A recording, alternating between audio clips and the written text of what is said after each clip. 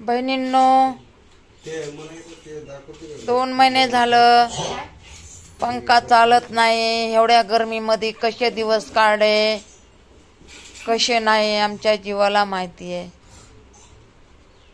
तर आत्ता पंखा भेटलाय म्हणजे आपल्याला गिफ्ट केलाय कोणीतरी, आपल्याला गिफ्ट केलाय पंखा. आता हे जुना पंखा काढायला लागलेत आमचे पाहुणे. पंख्यासाठी आम्हाला पैसे पण नाही भेटले होते, तरी माहीत पडलं की ह्यांना पंखाच नाही एवढ्या गर्मीमध्ये, म्हणून हे बघा गिफ्ट दिलाय पंखा. आता दुसरे काढून दुसरा पंखा लावणार आहेत. बहिणी हो,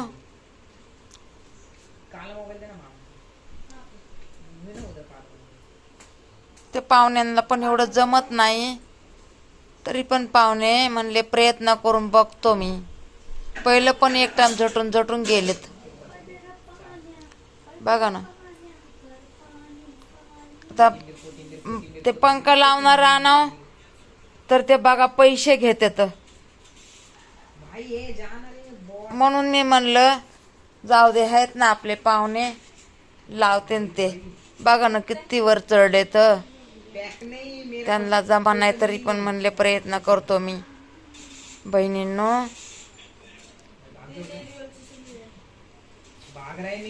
आता त्यांच्यासाठी मी चहा बनवते. लय उशीर झाले, झटायला लागले तर अर्धा तास झाले बघा झटायला लागले तर. बघा ना, आणि आता हे पण पंखा काय माहित कसा आहे कसा नाही. आता गिफ्ट दिलेल्या वस्तू आता आपण काय नाव थोडं ठेवायचंय बहिणी हो, आणि चांगलंच असेल ना. बघा ना राडा काढून बसले तर ते दुसरं पोरगा हाताखाली द्यायला लागलं या. ते बघा ते पण वर चढलं या किचनवर वाट्यावर, किचन वाट्यावर. म्हणलं नंतर घासून घ्या किचन वाटा, शिडी लावून. हे बघा चप्पल पायात घाला म्हणलं त्यांना, चप्पल पायात घालून चढत वर. हे बघा पण मलाच असं घाबरलेली होतंय ना असं, म्हणून म्हणलं बाबा कोणीतरी पंखा लावणार ना. तर पोरगी म्हणली आई पैसे लागते. म्हणलं बाई पैसे लागते, लागू दे. परी अर्ध्या तासात लावून जाते ना. आता हे पाहुण्यांना एवढं थोडीशी जानकारी आहे, जास्त नाही आहे. बिचारे कामावरून आले तर, आणि आले आल्याच आम्ही बोलून घेतले त्यांना, म्हणून म्हणलं चहा ठेवते आता, आहे का नाही बहिणींनो. चहा पिणार ना पाहुणे तुम्ही? हा बोला तरी. हा पिलाय का? थोडा प्या.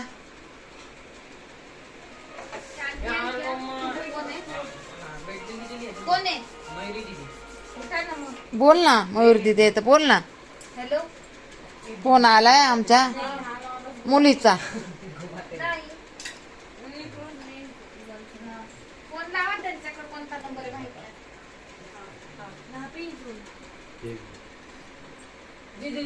मनीषा ताईचा फोन आलाय.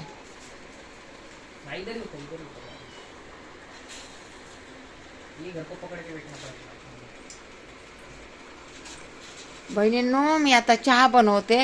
नको म्हणायला लागलेत, बनवते त्यांच्यासाठी चहा. थकून आलेत ना बाहेरून. बहिणींनो, यार हे लाईक सबस्क्राईब शेअर करा. बघा काय म्हणतोय तुमचा नातू, काय म्हणतो बघा. लाईट करा बहिणींनो.